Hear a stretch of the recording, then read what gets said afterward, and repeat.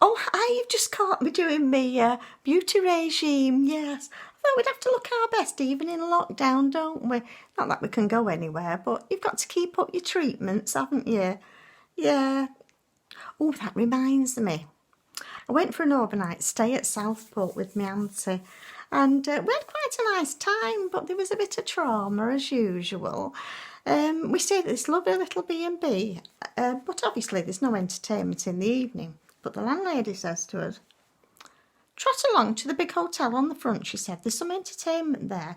But she said, "I'll just tell you, I lock the doors at 11 o'clock sharp." She said, "I will give you a key, and if you're after 11 o'clock, you've got to use this key." She said, "I don't want to be disturbed." So I said, "Oh, okay, then I'm sure we won't be that long." So we go across along to the hotel, and it's a lovely, lovely area. It's like the Ritz. It's so posh and upmarket. Well, my auntie was made up with this. She said, she said, "I think I'll order a cocktail." She said, "It's so lovely." She said, "I've just been to Spain." She said, "I think I'll have one of them pinas coladas." And I said, "No, you can't order that." I said, "It's a pina colada." I said, "I don't think they do them here." I said, "Shall we have a Chinsano and lemonade instead?" I said, "It's a long drink and we don't have to keep going up to the bar." So she said, "Oh, yes, that's lovely." Anyway, there's a chap sat at a piano, big grand piano in a tuxedo, and he starts to play these tunes.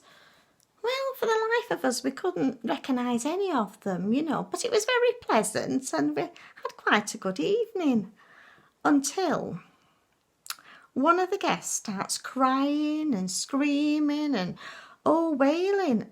And the security guard ran over and shut the door. He said, "Nobody is about to leave or can go out of these doors until we solve a mystery." So we thought, it must be an act. And I said, "What's happening?"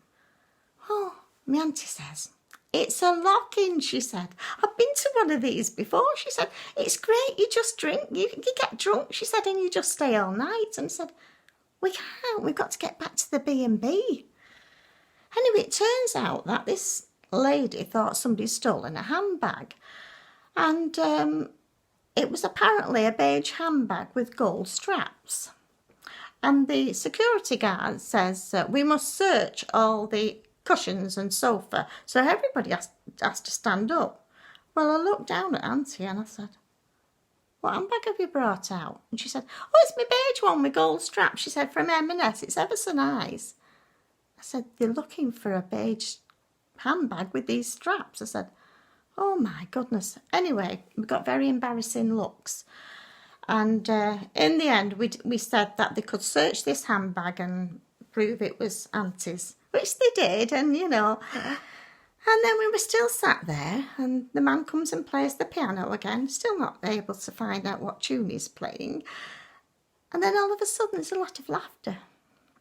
And apparently this lady suddenly says, "I remember now," she said, "didn't bring my handbag down with me to the dining room." She said, "I think it's still in my bedroom."